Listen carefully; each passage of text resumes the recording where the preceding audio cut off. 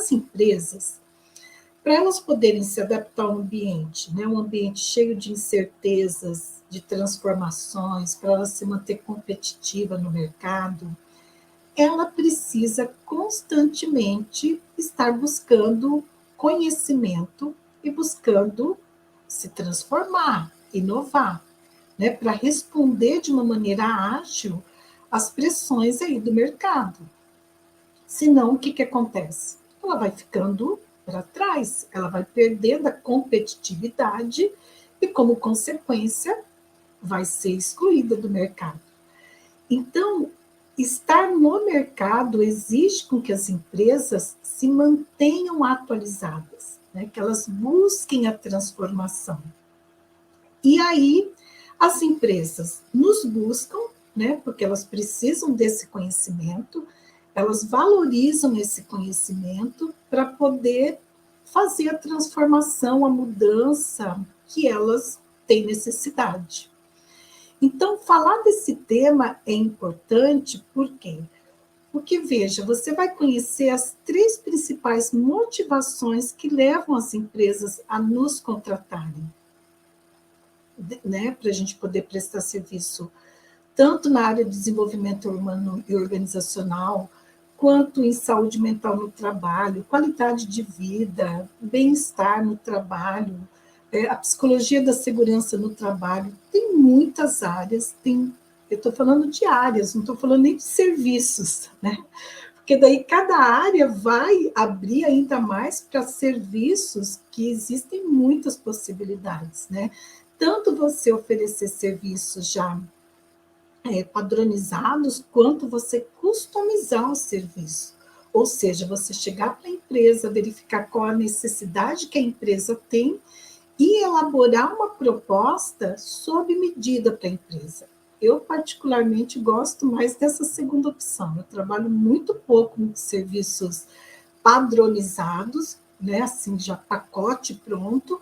Eu gosto de entender a necessidade da empresa cliente para eu poder propor uma solução que fique sob medida para a empresa, né, considerando a necessidade dela, o contexto em que ela está inserido, qual é o momento que ela está vivendo, não só em termos de mercado, né, esse contexto, mas também esse contexto interno.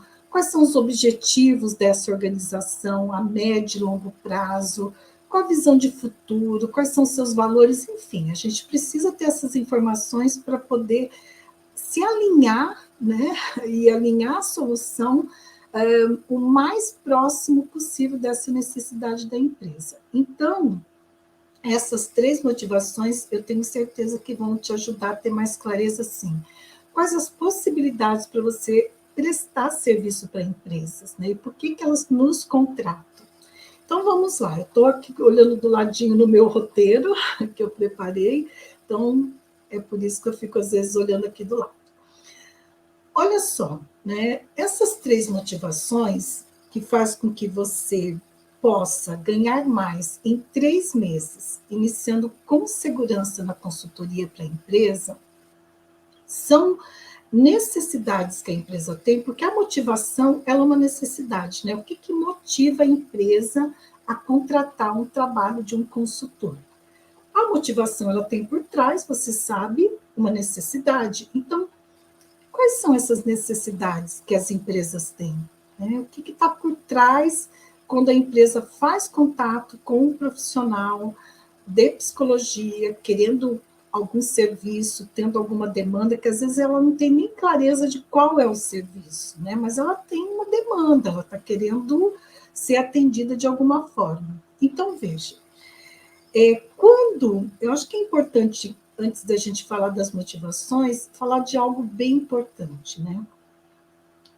Eu tenho percebido que algumas colegas psicólogas não têm muita clareza, que estão querendo iniciar na consultoria, ou que estão iniciando na consultoria, às vezes não tem muito claro assim. Primeiro, quando a gente fala consultoria, né? O que é consultoria? Né? Palestra é consultoria, o que é consultoria? Veja, a palestra, se a gente for ver, né, lá mesmo na base conceitual, ela não é uma consultoria. tá?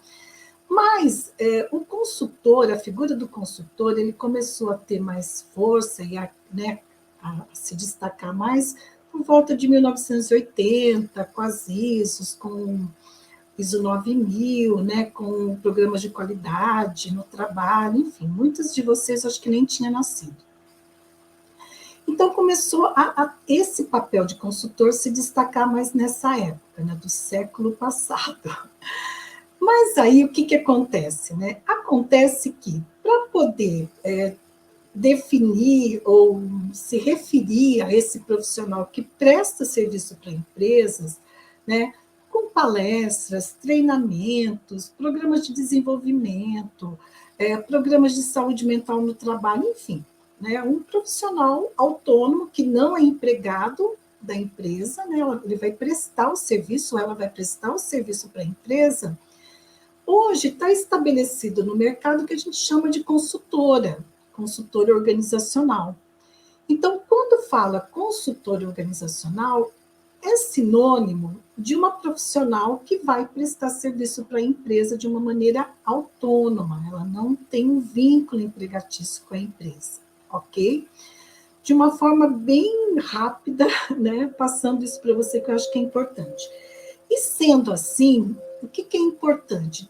Que a profissional tenha clareza de qual é o papel da consultora.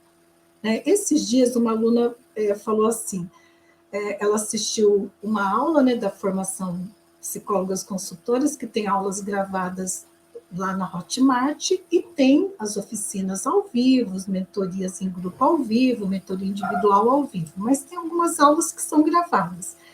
E ela assistiu uma aula onde eu falo assim, que o consultor, ele não tem o poder de mudar algo na empresa, assim, ele não chega lá mudando, determinando, ele não tem esse poder, né? Ele não tem um poder de controle sobre a gestão da empresa.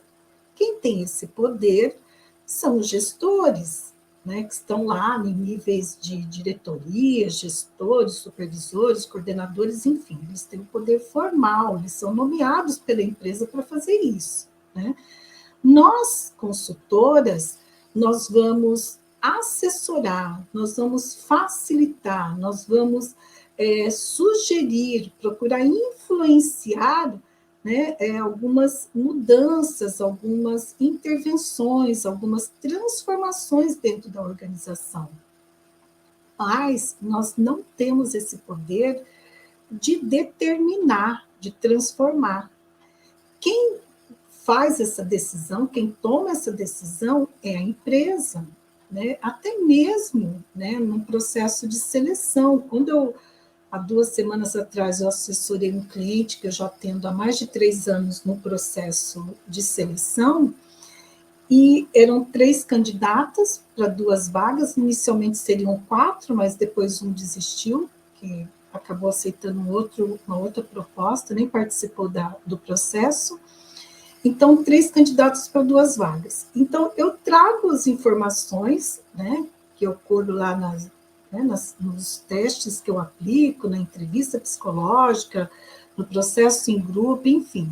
Apresento esse laudo para a empresa, né, para os diretores, para o coordenador imediato dessas vagas, mas quem vai decidir não sou eu, é a empresa quem decide.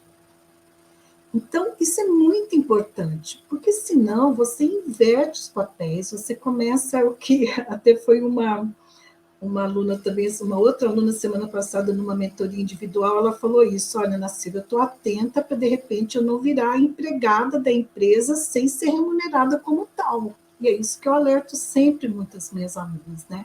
Você precisa ter clareza do teu papel como consultora. Você não é empregada da empresa, você precisa tomar cuidado para não ter uma relação de subserviência com a empresa, é uma relação de respeito, mas é uma relação profissional de prestação de serviço. Então, a relação precisa ser paritária. Ah, Ana Silvia, mas num sistema capitalista, né, quem tem dinheiro é que manda. Sim, só que você pode escolher o que você vai fazer ou não. Você não tem que se submeter a tudo. E eu acho que isso até é importante, ter essa clareza e essa integridade.